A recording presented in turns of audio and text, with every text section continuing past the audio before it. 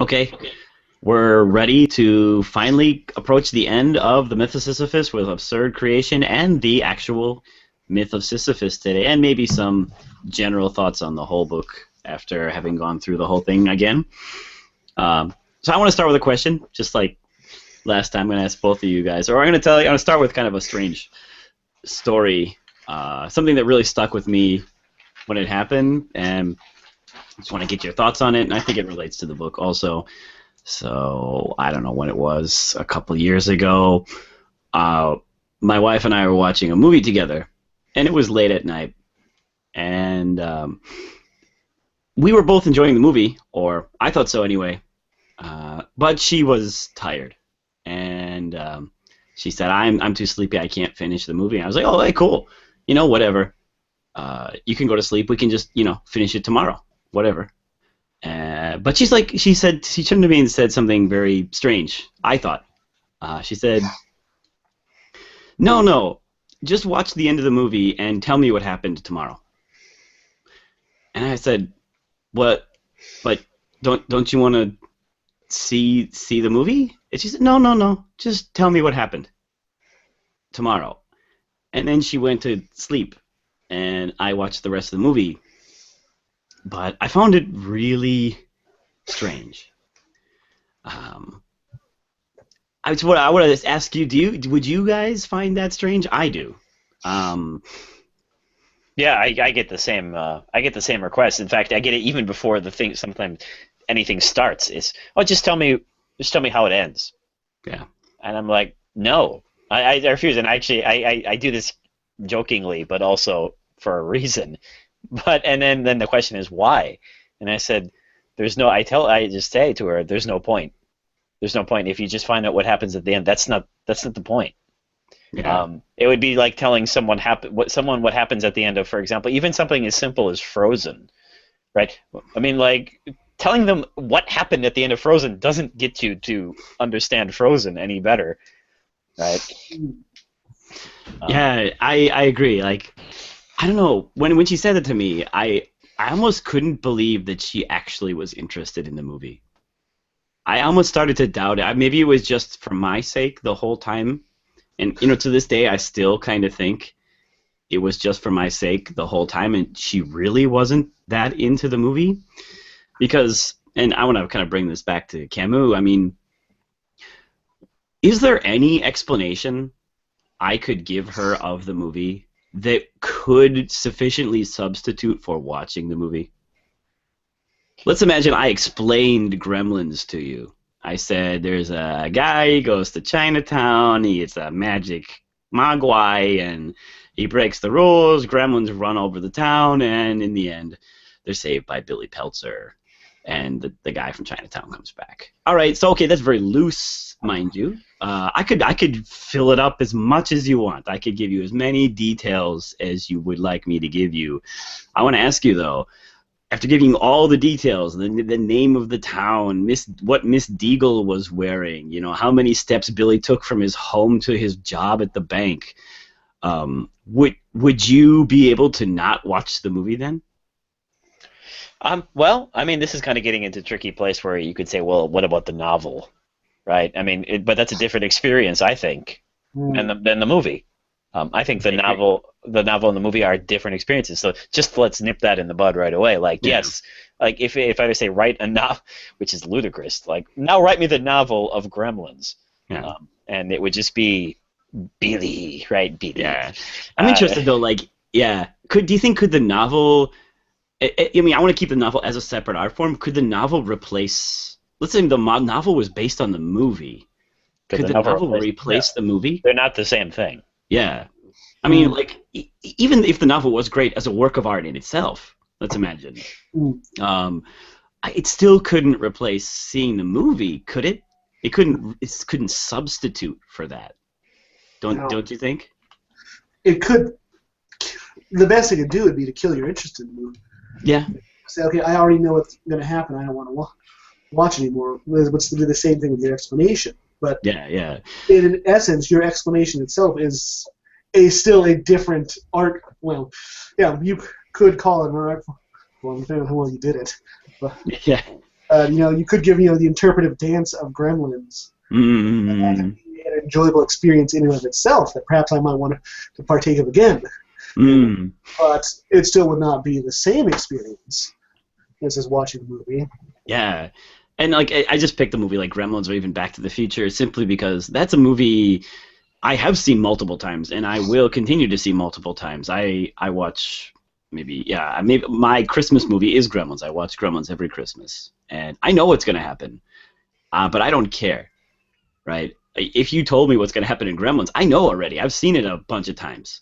That's not the point for me. So the question is, how could I spoil Gremlins for you now? Yeah, right. Like even it's impossible. For me, it's impossible. If anybody somebody hadn't seen it, okay, well maybe you could spoil some plot aspects, but it's at this point for me where it's impossible for you to spoil Gremlins. For me. What if let's just as a sidetrack here because I want to take up the mantle of this challenge.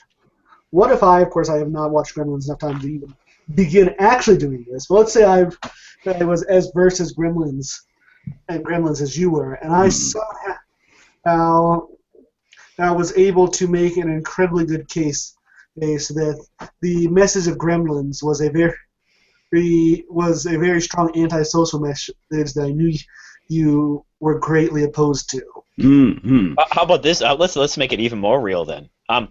One message that Cracked already has, and plausibly in a certain respect has read into Ghostbusters, is that it's this kind of anti-government, anti-environmentalist film.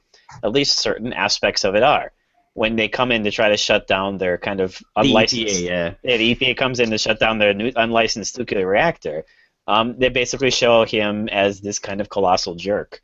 Okay, I think that is one reading you can make of Ghostbusters. However, I think that there are, and I think Crack knows this, they must, multiple readings are possible of a work of fiction. Yeah. But I'm just saying in a hypothetical sense for the challenge. Okay. So if you explain it to me so that I don't know, it probably a message I was just totally against. I mean, I guess the thing is that could not substitute me watching the movie for myself. You know what I mean? Like I might watch it and say, "You're right." I might agree with you as a message in the movie, but it would still couldn't for me. It could not replace watching the movie. You know what I mean? Maybe I wouldn't like the movie, mind you, but it wouldn't be able to replace watching the movie. Yeah. Something would be left out. A lot would be left out for me. Too much would be left out for me. It couldn't get to that level. Anyway, well, I want to ask, but I do want to focus in on this. So apparently, I don't know. Maybe if my wife was watching that movie with me just to be nice to me, or if she really did like the movie, or what. But obviously, I take a different attitude toward the movie than she does. Or let's say my attitude toward Gremlins or my attitude toward Ghostbusters. I know what's going to happen. I don't care. But every moment of Ghostbusters is kind of a joy for me almost. I love that movie. That's a great movie. You know what I mean? I don't care about the outcome of Gremlins per se. I'm kind of enjoying the process of watching Gremlins. I'm enjoying the process of watching Ghostbusters to a certain extent. And I don't know, when you look, I mean, we're using 80s movies right here, but I don't know. Let's imagine you look at a great movie or 2001: A Space Odyssey by Stanley Kubrick, and to a certain extent, don't you think a piece of artwork like that leaves a beautiful piece of artwork, a beautiful scene of nature, to a certain extent, leaves you speechless before it, in the sense that you can't capture all of it. You can try to capture all of it. And sure, you could explain quite a bit. You could get a lot of cool stuff out of it, I think. But to a certain extent, you can't capture all of it in your explanation of it, could you? No, I mean, that would be my reading. I mean, even like especially Stanley Kubrick, who left his movies somewhat open, maybe for that reason, or maybe because they're more visual than anything. But I mean, like The Shining or 2001. I mean, they're so open and possible to all these kind of ways of looking and seeing from an artistic level or a message level. And any movie that would be so simple that you could basically just say we could explain it away somehow, as in like this is the only reading that's ever possible. The end, right? I mean, which is kind of would be a crazy movie. I don't know how you could do that, but then I don't know. I it would feel like that movie in a strange way is almost failing, at least in Camus' sense of what art is doing. Exactly. These are the ones he was ragging on, right? In this chapter on artistic creation, these what did he call like thesis novels or whatever, where it's just an idea. Yeah, he wanted almost creation to be a replication of life itself, more life, which is so big and broad that it can't be just replicated in one or two sentences or even one or two themes, right? I mean, definitely. As I was reading, I was thinking like, he would have loved like Stanley Kubrick. And you know what I mean? Like you kind of look at it and it's something is there. It's speaking to something, but can you capture what that is with one explanation?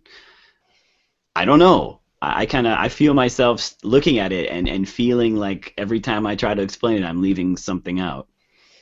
Every time I try to come to grips with what's going on, I can't quite capture everything to it. And no explanation of 2001 could ever replace me seeing that movie. I know. I guess there's just something else going on in the sense that, like, remember in My Neighbor Totoro, right? When they're standing next to Totoro in the rain with the umbrellas. That's a great scene. Now imagine if I were to explain it. They're standing next to Totoro and waiting for a bus. Yeah, oh right? wow, that's the most beautiful explanation ever. Okay, right? Or in Spirited Away, they're sitting in a train with the no-face creature. Yeah, but that's not what's happening in that scene. There's so much more. The atmosphere, the vividness, the feeling, the sadness, or I don't know, the fantasy of the adventure is just not being explained there. You're not feeling it. Something is gone, right? The life is gone from it. Yeah. I think this is a kind of a vision Camus has of our situation, though, don't you think? Yeah. He kind of thinks this is the situation artists face. This is the situation we face as people looking on the world too. Right? We're kind of like we're all trying to explain Gremlins, but none of us can quite get it. None of us can quite capture all of it. Not so much that you could just forego watching it. Not so much that you could forego living. Because we just simply don't have the capacity or the ability or the time or something to capture everything in that. Or maybe just what thinking is something that Camus seems to think thinking can't capture that. It's just it's a process of simplification, right? And our minds just aren't ready for that level of complexity. But that's kind of what he's after in this artistic creation section, isn't it? Like he wants a work of art that is not going to pretend to be all-encompassing. It's going to be ambiguous. It's going to kind of throw something at you like 2001: A Space Odyssey to a certain extent, and I don't know. It seems evocative, but you can't say of what. It's a piece of experience of life. But it's not reducible to one thing. It's not reducible to one idea.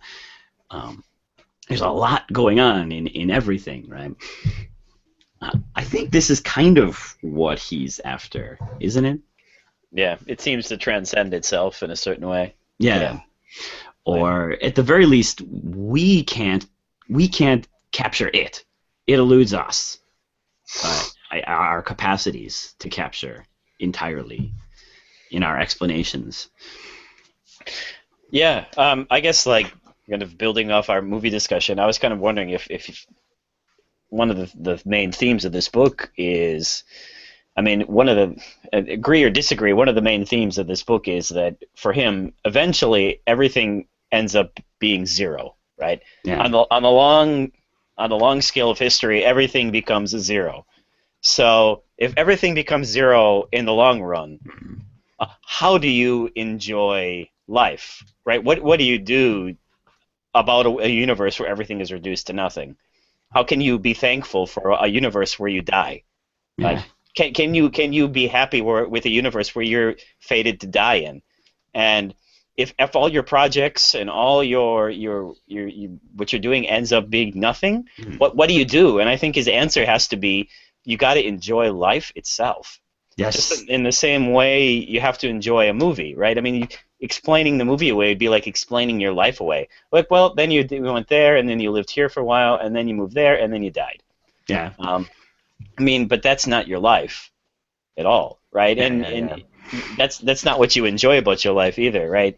If you can't enjoy life itself, like the very act of living itself, then he's going to say you're in for a real bad time. Yeah. Because one day it's going to hit you that everything, all of your projects, everything you're working for, it's going to just end up fading away into nothing. Yeah. So you got to live for life. You got to enjoy life itself. Yeah. I mean, think of this and what he talks about in the book, in the idea of hope, right? Imagine, like, contrast this with hope. I'm sure when he says hope, he's definitely got the idea of heaven. You know, like an outcome. You know what I mean? Like, I'm living my life to get that outcome, to get that heaven. You know what I mean? It would almost be like watching Ghostbusters to figure out that the Ghostbusters saved New York at the end. You know what I mean? Like, you're not really enjoying Ghostbusters for itself, are you? I mean, this is kind of where he's going. I'm on the same line with you and Dustin on this. I think he would be like, you should enjoy the scene where Janine is taking the calls and Egon are talking and he's fixing her phone. Every one of those scenes should be what you are watching and feeling joy in, and not just like, oh, it's done. Finally, I can go to heaven. Right. Would somebody like that wouldn't? I don't know. That's why I question, like, did my wife really enjoy that movie? It almost seems like she just wanted to get it done. No, I don't know. Actually, my wife does a similar thing too, and I'm actually kind of curious if it wasn't the opposite. Mm. She was enjoying it so much that actually seeing the ending.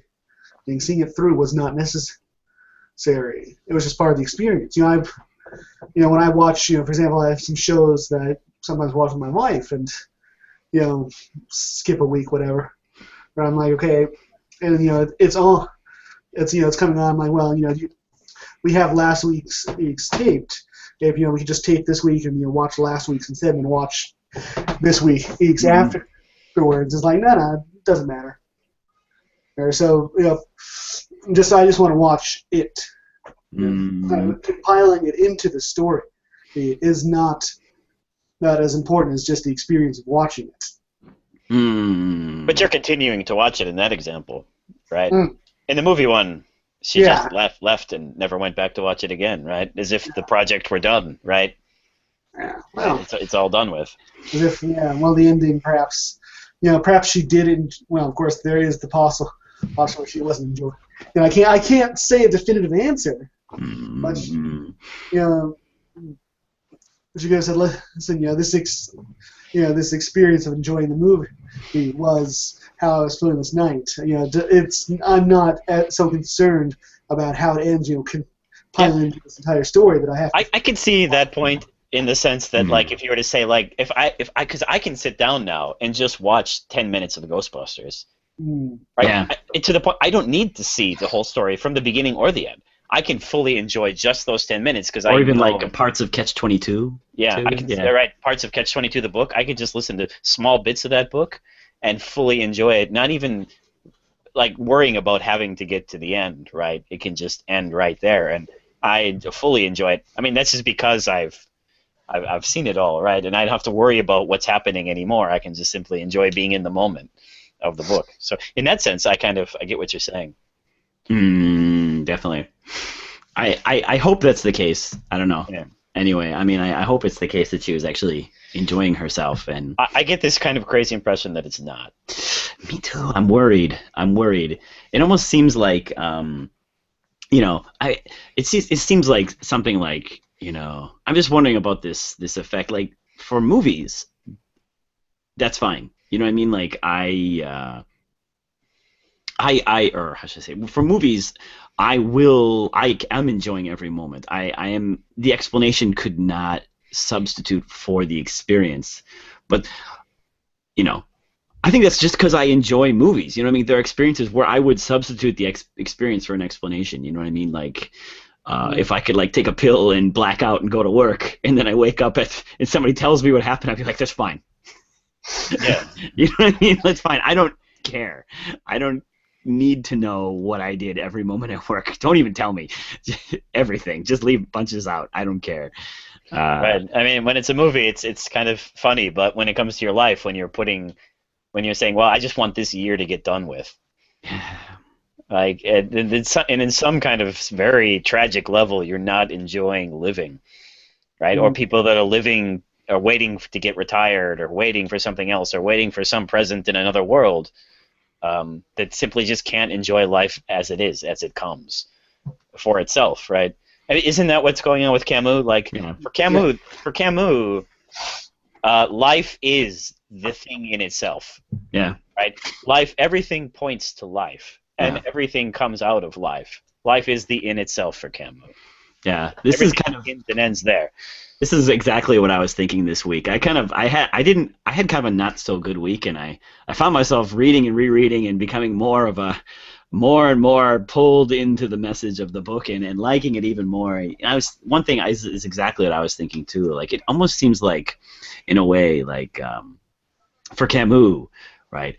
If you take like this kind of duality of form and content, right? And you know, people assume that like he would say anyway. I think he would say people assume that life has a form, you live, and then there's content. There are meaningful events in life that amount to something. But he wants to flip it. He wants to say that the form, the content of life is its form. The content of life is living. That's what you need to look at. That's all there is, right? So that's kind of just, and what you do is, I think for him anyway, what you do is you look at life and you contemplate it lucidly, like you'd contemplate a great piece of art, and you stand before it, and to a certain extent, right, you are left, like I said, you're left silent. You're left trying to explain it, but never quite capturing all of it. But trying your best to lucidly capture, when I watch a movie I really like, trying to enjoy every scene and stand back and watch life just unfold, right? Don't you think this is kind of what he's... And like in the same way, like I think when he cautions us against never getting too carried away by a meaning, I mean, you could also take this in the sense that like one day you come across the idea that maybe parts of Ghostbusters could be interpreted as anti-environmental. But I mean, you don't have to get carried away with only that meaning, right? Yeah. I mean, like you can rewatch it again from another perspective. And this is what Cracked and these movie reviewers do, is they can step back from that meaning again, look at it afresh, and you can see 2001 from 5 or 10 different other perspectives of The Shining. I mean, God knows, just look on YouTube how many people have interpreted The Shining in this way and that way, and but that's kind of the fun of it. Like, is if you get too caught up in your only one meaning of The Shining, right? This is what The Shining means, and that's it. Then you kind of lose it, right? Like, then you're only able to enjoy The Shining on this kind of strange, abstract level. In the same way, I mean, like, if you want to take it broader into life itself, right? Yes. I mean, well, life has this meaning, right? Yeah. I mean, like. But I think he wants to reject the fact that, you know, you're taking a means as an ends, right? Somehow, the meaning of life, you know, should be for life. It should service life itself. But somehow, in our world, life is servicing the meaning of life, right? Somehow, life is being sacrificed to meaning, which is what he wants, I think, to caution us against a little bit. Yeah, because once you start trying to give meaning to your life. What you do is you, of course, like you separate it out into meaningful chunks and non-meaningful chunks, and then by definition you dislike like when you're in the non-meaningful chunks. This is Justin, you just said you wouldn't mind taking your pill to black out at work because you have bought into a meaning of your life where work is not a meaningful part of it. Yep, exactly right. Whereas, this is why Sisyphus. It's not Sisyphus. Syphilis. I sure don't want to black out the syphilis part. Okay. Well, yes, I would like. But Sisyphus. This is why he has to be happy and pushing up that boulder because he's just enjoying his life as it is.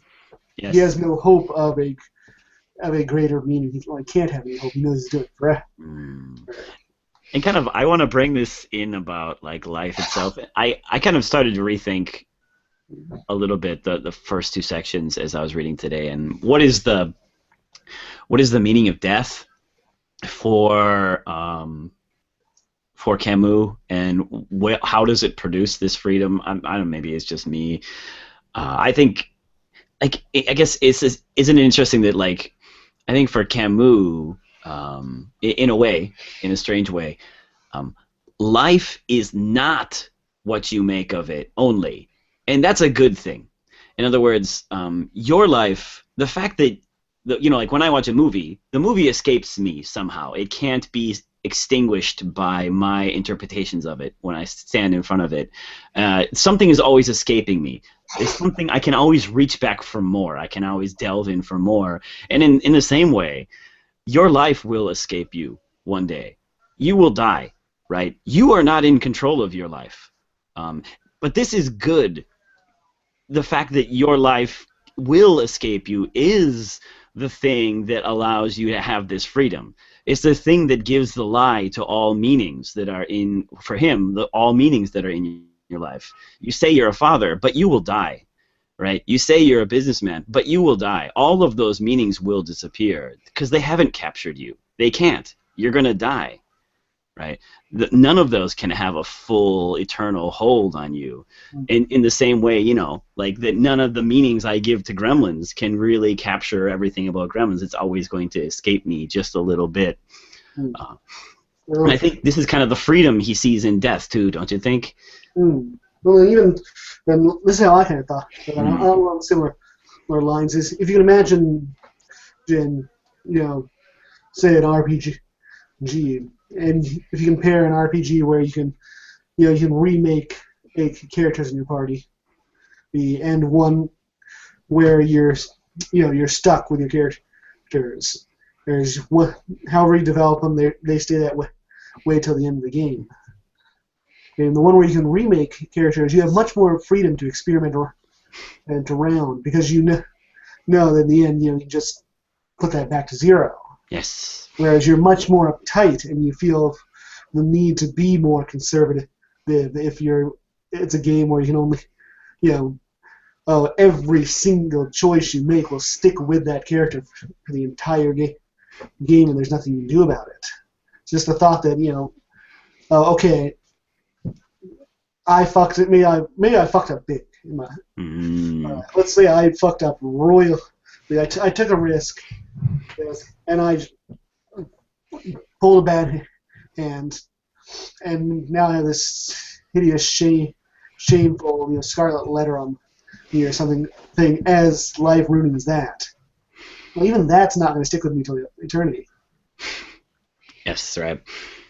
So certainly it might suck while I have it. At least I can feel freer in taking that risk, knowing I'm not going to have to wear that letter for all time. And I like this interpretation much more because I was a little concerned about the parts where he said we have to stand aloof from life. Yeah. Right. Like that kind of like that Kierkegaard when he warned about trying to one up life or something. But maybe in this way, like life stands aloof from you in a crazy way, and in death and the taking away of the walls of meaning show you this, that like everything transcends you, and you yourself, you are aloof from life, and life is aloof from you. Nothing can be contained within the other. I think he wants to say this is good, right? Yeah. To become aloof from life is the liberating process, right? This is what's going to allow you to be to be free from these meanings and to see the real truth of the world. Right. This is the good thing. This is the good thing, right? Yeah. And Um, I was even trying to take it like, I wonder if a Camus would even like take it in strange places like this, like, you know, imagine somebody who was extremely prejudiced, who hated certain groups. He was like, I don't know, an anti-Semite or something that was going around at the time when, you know, Sartre and Camus were alive, right? You know, I mean, like, this guy refuses to, he's got this one meaning for these people, and he refuses to see anything more to them. He refuses to see that little bit that would escape that meaning. You know what I mean? I think Camus would have it out for this guy too. Like, to say you think you've captured him with this meaning is just a lie, right? You haven't. You're leaving something out, and there's always going to be something more that you can't capture. And this is what the absurd man chases after. He's always chasing after this more, and he's always aware of this more. He's always, and this is what his freedom is too. This is how he's able to live, you know, a more lucid life and a better life, because he's aware of this more. Yeah, because he's not bound even by his own conceptions. He doesn't think he has the right idea of Jews. Yeah, right. I mean, this is the interesting part of the revolt too. It's a dual revolt, though. It's a revolt against these illusions, like of these somehow this meaning can capture all of you, but it's also a revolt against people who don't think too. It's a revolt against not thinking, because, you know, I guess, I don't know, this is where I am on the revolt. The second half of the revolt, this philosophical suicide, I mean, would be like, how could you, how can you give the lie to the meanings without having thought? It's thought itself that's recognizing its own limits. This allows for the other half of the revolt. You know what I mean? Like, you need both, otherwise it just doesn't work. Right, so you're kind of stuck. Right? Stuck, good. It's good for him, right? But you need both of them, otherwise the whole system falls apart. Like he said earlier too.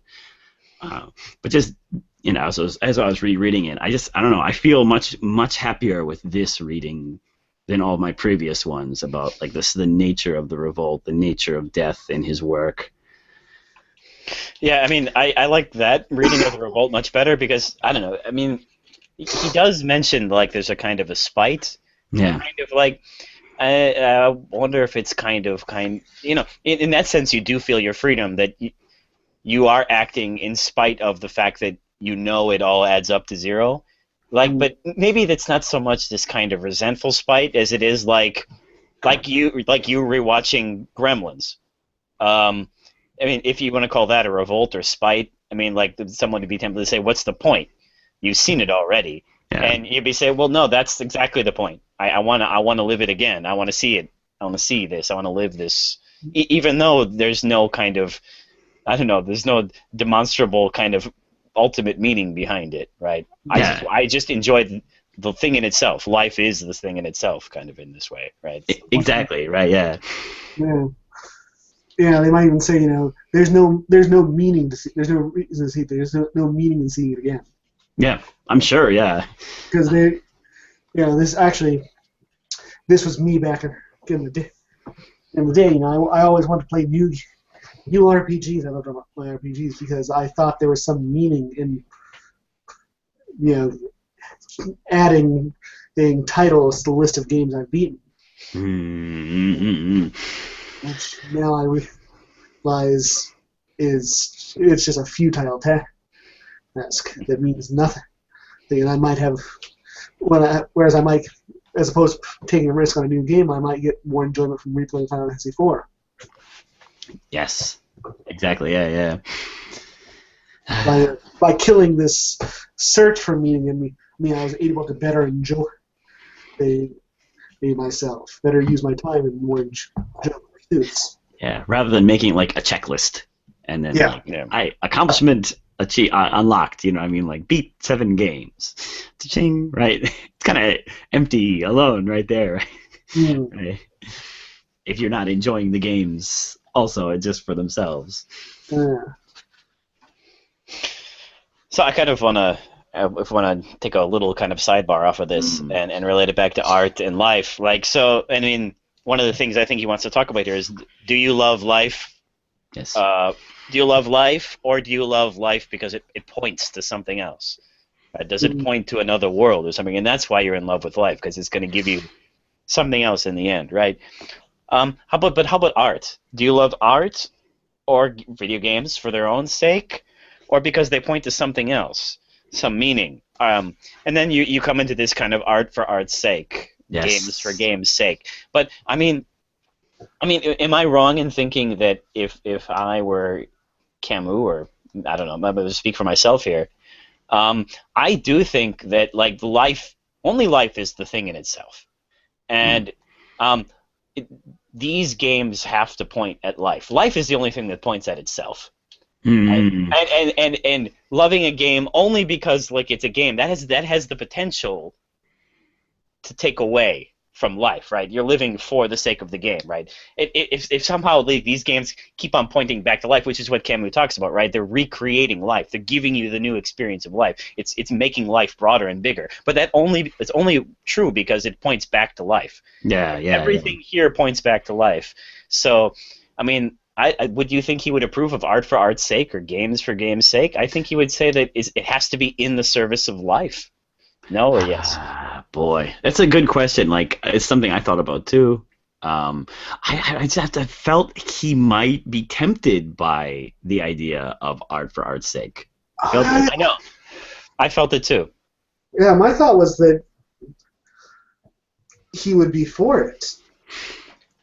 Yeah. I was thinking it seemed like he would be totally into like sandbox games. You know, I mean, not like sandbox games like that are.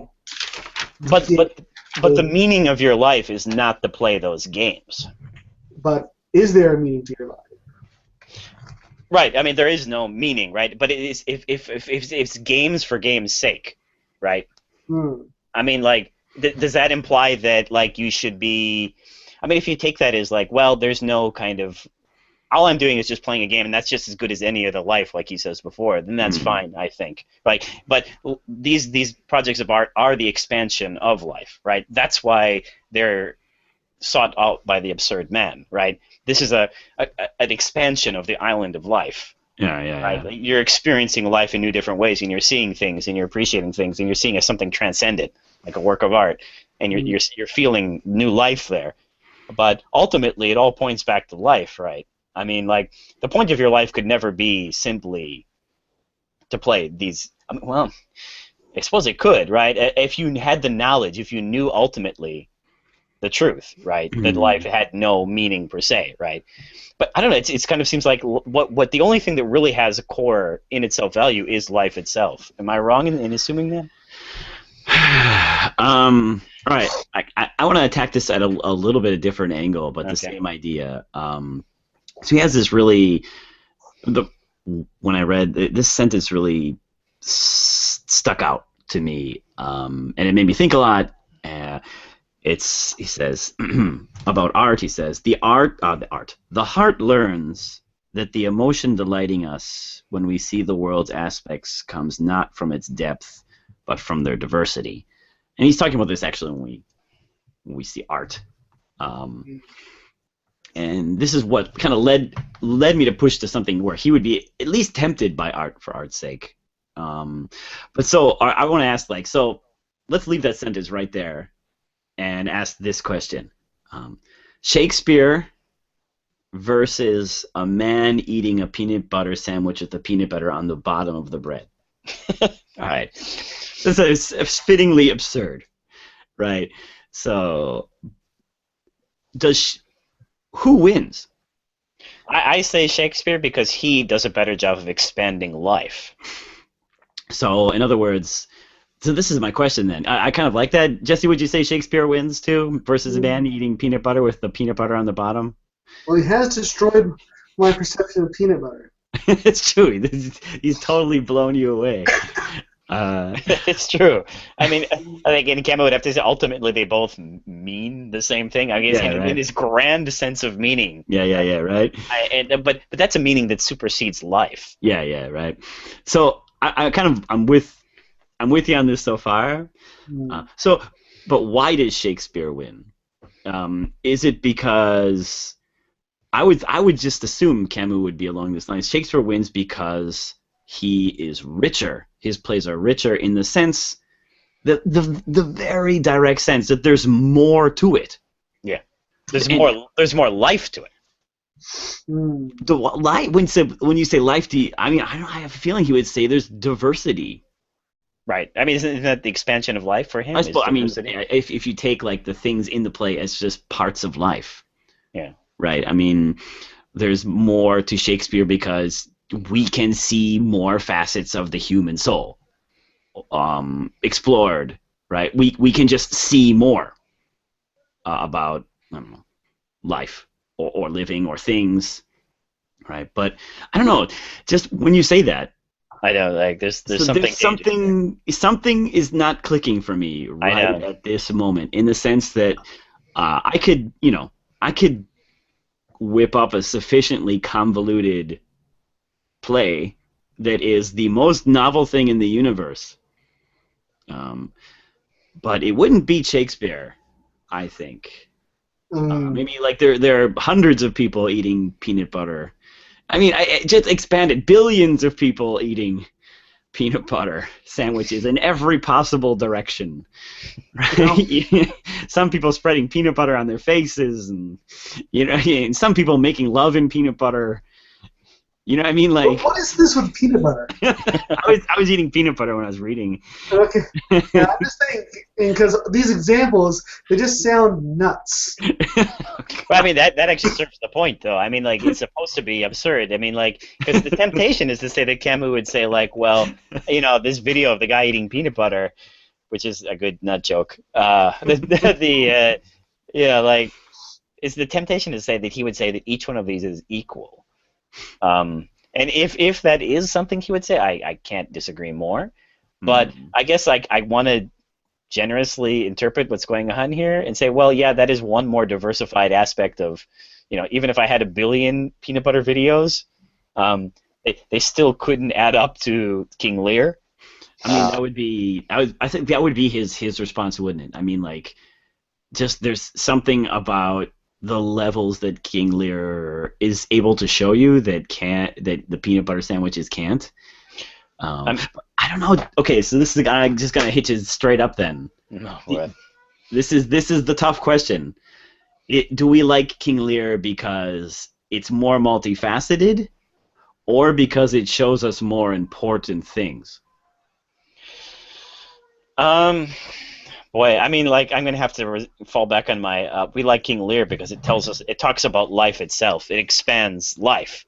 Whereas the peanut butter sandwich is a very abstract and dull thing that doesn't, but basically your judgment is that it's not important. Yeah, which is, at least I don't know. Okay. What if I were to say this? Okay, maybe there is something important that can be taken out of the peanut butter, but it's not as much. Oh yeah. As I can take out of King Lear. I mean, I enjoy King Lear more, because it gives me more food for thought. Yeah, but I guess I kind of like where you're going with this, and I kind of, Jesse, I ended up here, but I guess the thing is, it gives you more important things.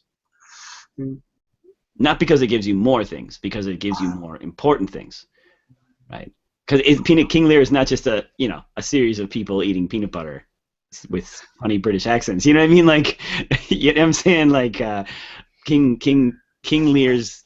You're right. You can get much more out of King Lear. Maybe you could get something important out of the peanut butter sandwich too. You could, but King Lear just gives you more important things. I mean, for some reason, it just seems like it's so much more multifaceted than the peanut butter guy. That in that sense, like that you know, like even a billion peanut butter guys couldn't beat the first act or something, right? I don't know. I want to say something like, you know, oh God. I mean, King Lear would definitely. It shows us that because it shows you the depth of life. It also shows you how life is transcended and can't be captured in simple ways. Whereas the peanut butter guy seems. I mean, but he's not. It's really not. I mean, you could read the peanut butter guy in a profound way. Yeah. You could do that, but it's easier to see the depth of life in King Lear, which is what makes it feel more richer and more expanding the island of life right now. But something seems wrong here. What I'm saying. So you know what I mean, like, because I think like Camus is on about this because I think this is the thought running right through that. This idea that there's something more that you can't capture. In other words, you can't capture your whole life. You will die. You can't capture a work of art. There's always more to it. There's more to it. There's more to it. No matter how many times you can go back, your mind can't capture it all. You cannot represent it in your mind. You just don't have that ability. You can't replace 2001 with an explanation of 2001. And I think he kind of just arrived at the conclusion that this is what's important. The more. Yeah. Not the depth, but the diversity, the more. Yeah. And as long as there's this more, then we're good. Okay. Let me ask you a crazy question. Tell me what you think Camus would have to say about this. So we all agree that me explaining Gremlins. Let's go back to Gremlins because Gremlins is fun. Yes. And that me explaining Gremlins is not a substitute for Gremlins, for watching Gremlins.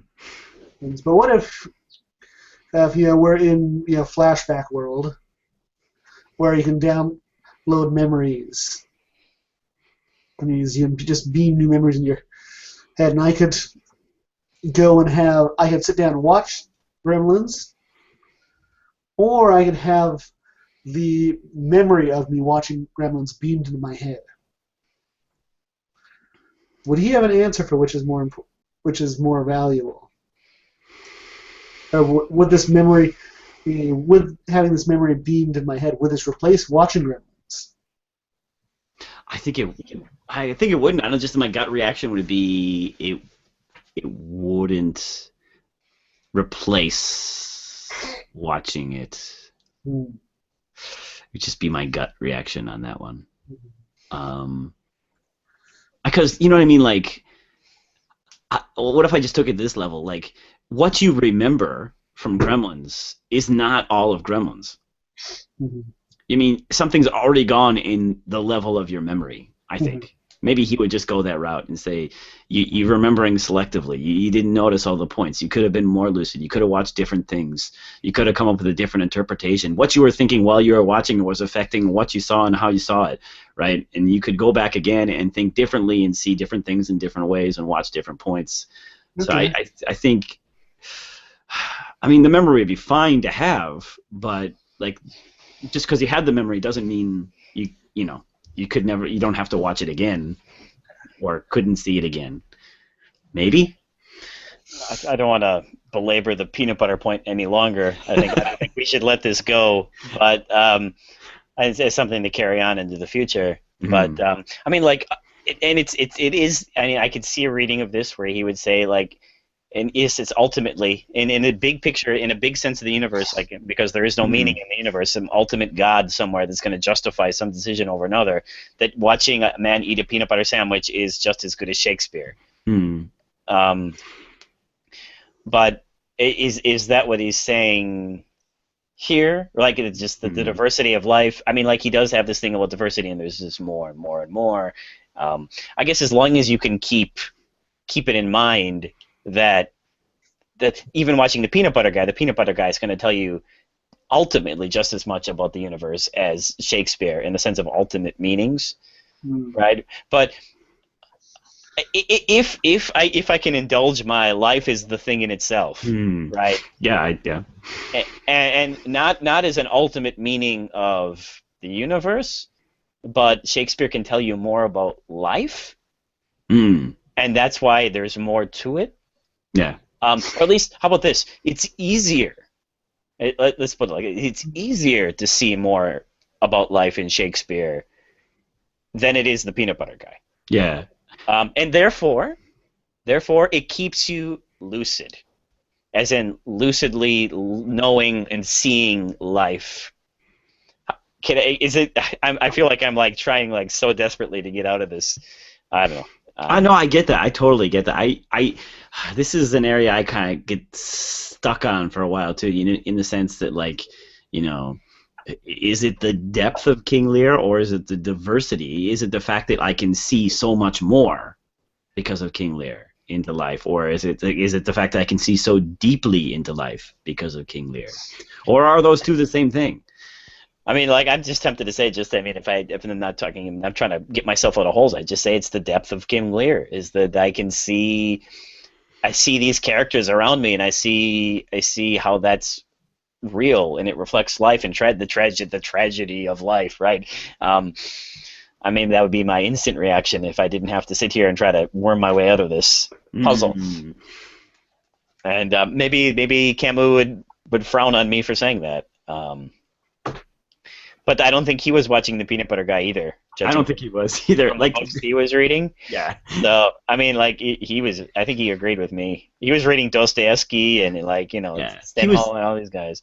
I mean, like, in the art section, he did say, like, he wanted art that was kind of a piece of experience, like evocative of life almost, like, and not like an explanation of anything. I think he wanted to watch Two Heart.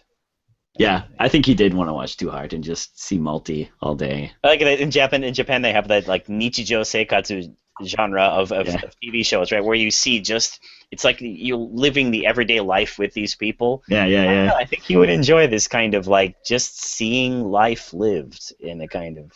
So these shows about nothing. Yeah, these shows about almost nothing in a certain way.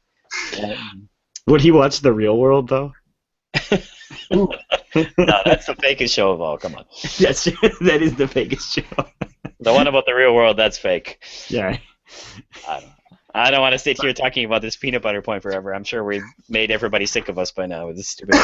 So let's carry this on into the future. I think we don't have to talk about peanut butter all night. We don't want to get stuck on that. No, yes, it's stuck everywhere, on the roof of our mouths and everywhere. Yes, all right. No better way to make yourself sick than to have too much peanut butter. Yes. So I don't know. I really think we hit a lot of the main points that at least I wanted to get out about this book. Anything else that you wanted to add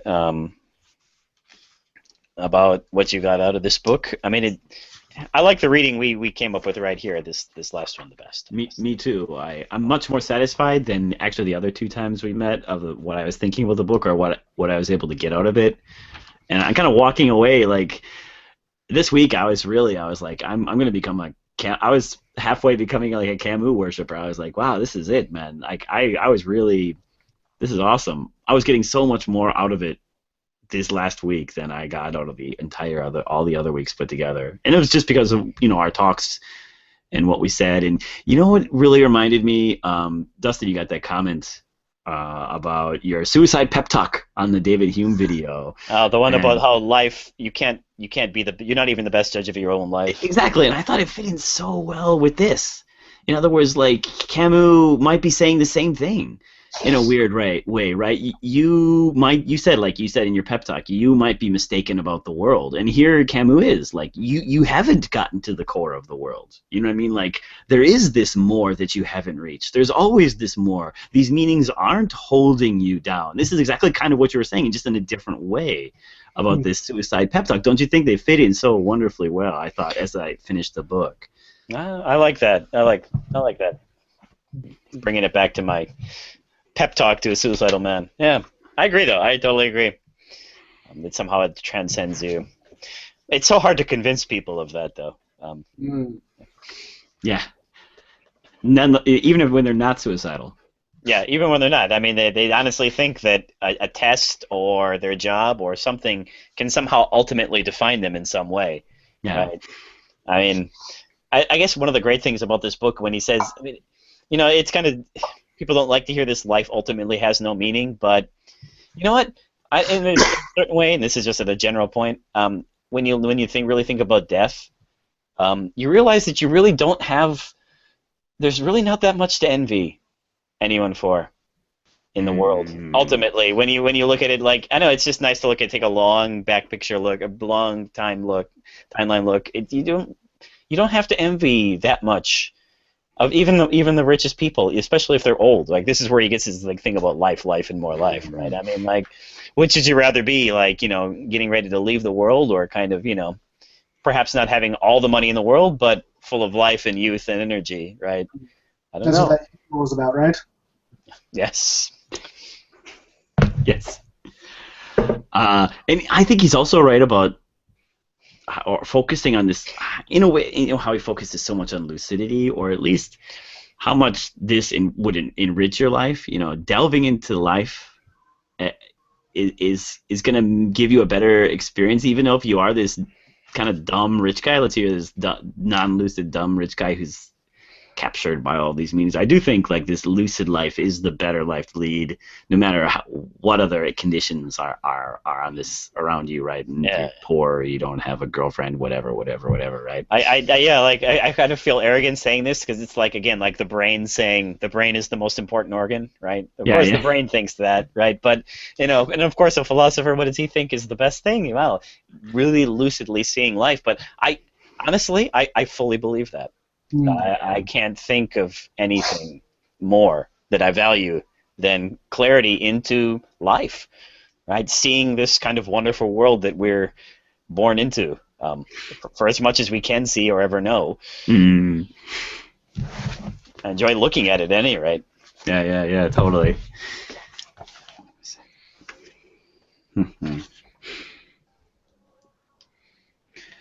Yeah, that's pretty much all I had to talk about. Maybe it might be a shorter one than usual, but that's all right. I think I hit a lot of. We talked enough about peanut butter for everyone. Back on the peanut butter. No. Everyone can think about that themselves. What if it was super chunky? No, I mean, I really think it is an interesting question, and it's one that honestly, I'll just answer, right? I think Shakespeare's better than the peanut butter guy. So, but anyway, enough of that. That's a risky answer. I know. I'm taking a risk. Here, right? Out on a limb, saying peanut butter guy is worse than Shakespeare. Send your hate mail too. Yeah, right. I take full responsibility for this. I guess the question, like, the most important thing is be thinking of why that's true. Right? What if I were to throw back? I don't want to drag us back down into the sticky. Take us back into the peanut butter. Oh my God. What if I were to say to you, listen, that's just because you're attributing a meaning to life that Shakespeare is more compatible with. Yeah, I mean, like, okay, to be nice to the peanut butter guy, I will briefly be nice to the peanut butter guy. You know what I hate is I hate the fact that people like Shakespeare because they're told to like Shakespeare. Right? Like, oh, well, Shakespeare's profound. Well, like, for example, The Watchmen, this comic book, that's kid stuff, stupid comic books, right? Or, animation can't be profound, when we all know it can be. I hate that. Right, and if someone were coming on and say, well, the Lego Movie has just as much legitimacy as any of those great art films of the last year, I would say yeah, I'm down. So if you think the Lego Movie is that peanut butter guy, I mean, like, I'm down with that. I want to defend that, and I just hate the fact that people borrow authority and pretentiousness, and that's why they would like Shakespeare as opposed to, I don't know, really being excited by Shakespeare. I guess I hate the arrogance that comes with looking down on other aspects of culture that can be read as profoundly at times. Yeah. Thus, with all our examples today being Ghostbusters and Gremlins. Gremlins, yes. Not exactly highbrow stuff here, but then again, high cinema. Yeah, it's not like So, I think if that's part of what he's cautioning us against, that he's saying, like, you know what, take off your freaking blinders sometimes. You can see profound things even in the simplest bits of the world. Yeah, I think that's a lesson well learned. So. Yeah. So, yeah. Yeah, I would love to see somebody try to work the peanut butter guy up into something extremely profound, Okay. other than a sandwich commercial. Enough of the peanut butter guy. All right, it's over. All right, so Peanut that's it. butter. That's all I have to say. Anyone else have anything to add? No. Jesse, you good? Yeah, I think I'm good. You good? Justin, you good? I'm good. I'm All feeling right. hungry for a peanut Okay. butter sandwich. All right, so we're done with Camus. I really enjoyed this journey, Me and too. we'll come back again. I don't know, maybe in a week or a couple weeks with something new. All right. All right. And so until next week, please go to YouTube and check out Peanut Butter Gamer. There's a review of Ocarina of Time, or any of his videos, simply because as we've been talking about peanut butter for the last hour now. All right. All right. All right. I guess we'll catch you later. See you.